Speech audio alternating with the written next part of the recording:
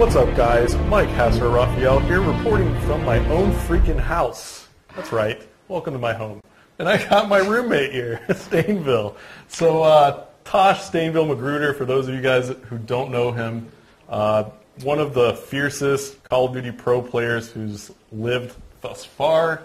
Tosh, what do you think about having all these people in our house right now? It's crazy. It's like, I'm actually happy because we're not going to be playing Call of Duty in March, so it's like an event going on at our house, and we kind of need an event. I needed some nerdiness going on, and I love it. Yeah. It's perfect. Yeah. Parties all night. That's what it feels like. Yeah, we're about to game really hard starting at 11 p.m. Eastern. I don't know, what's been the funniest moment that's happened so far at this house?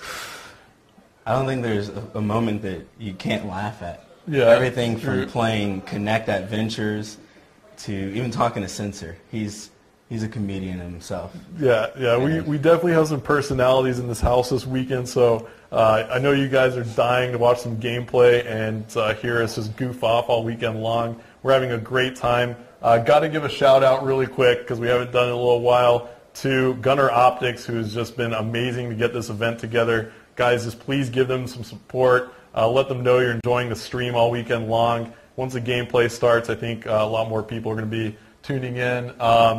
We have Astro Gaming, who really helped out, decked out our LAN setup right here. You can't really see it too well because we're in front of it, but the LAN setup that we have is amazing. Gamma Labs PTF, energy drink alternative, great stuff. We're going to be drinking that all weekend long. Going to have a big barbecue on Sunday with their help. Go check out Gamma Labs at gammagamers.com.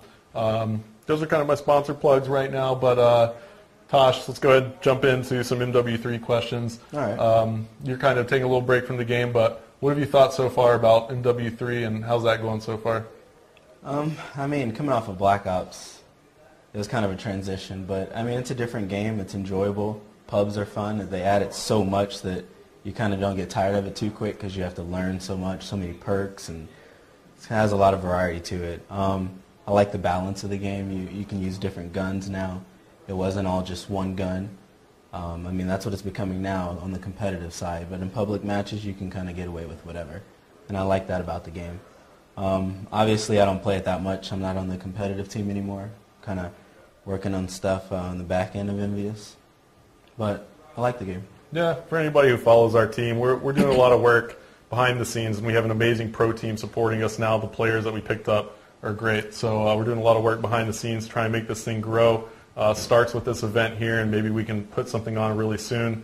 Hopefully, cross your fingers, support the sponsors of this event, and maybe we'll be able to start running a couple things for our community pretty soon. Those are the things that we're kind of working on behind the scenes. Let's take some questions just right away. I mean, a lot of these people know you already. Anybody have questions for Stainville? We want to get the gameplay started as fast as possible, too. So, you guys go ahead and ask away. Anything pertaining to Modern Warfare 3, the maps, Liberation and Piazza that we're going to be landing this weekend in an exhibition, as well as anything about Tosh's pro gaming career that you guys want to know. Oh, here we go. How much do you bench?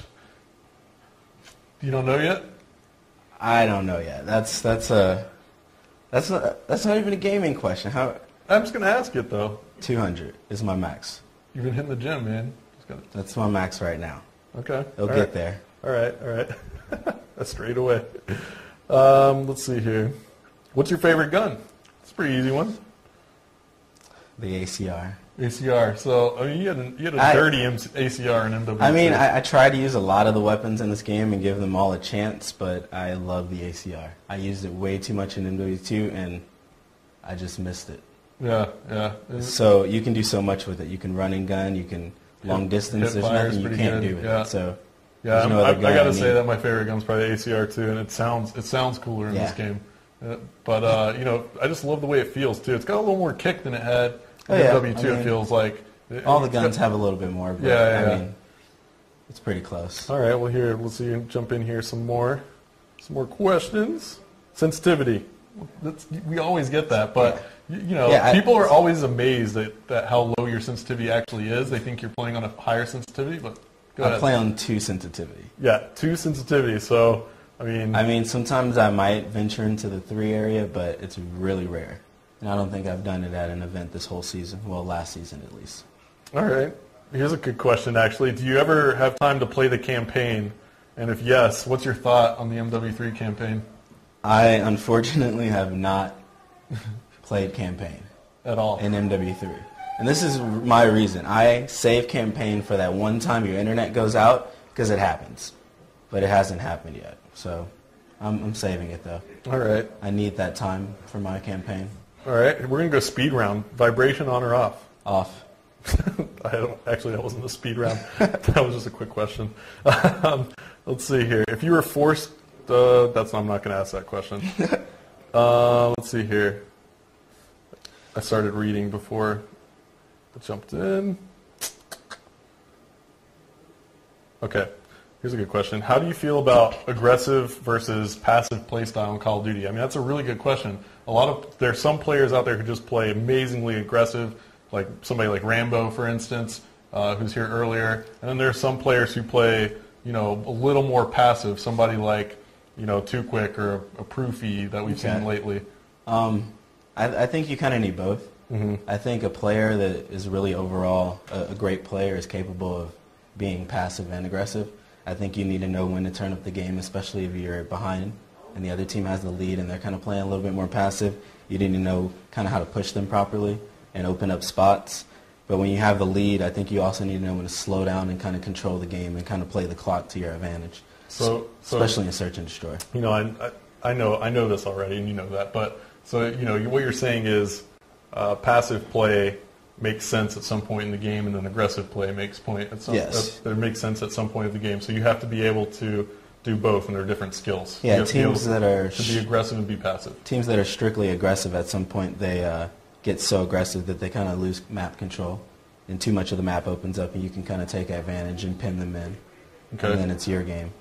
So. All right, fair enough. Well, Tosh, I'm not going to keep you any longer. We have one more player coming up, and that's going to be Optic Gaming's Big Timer.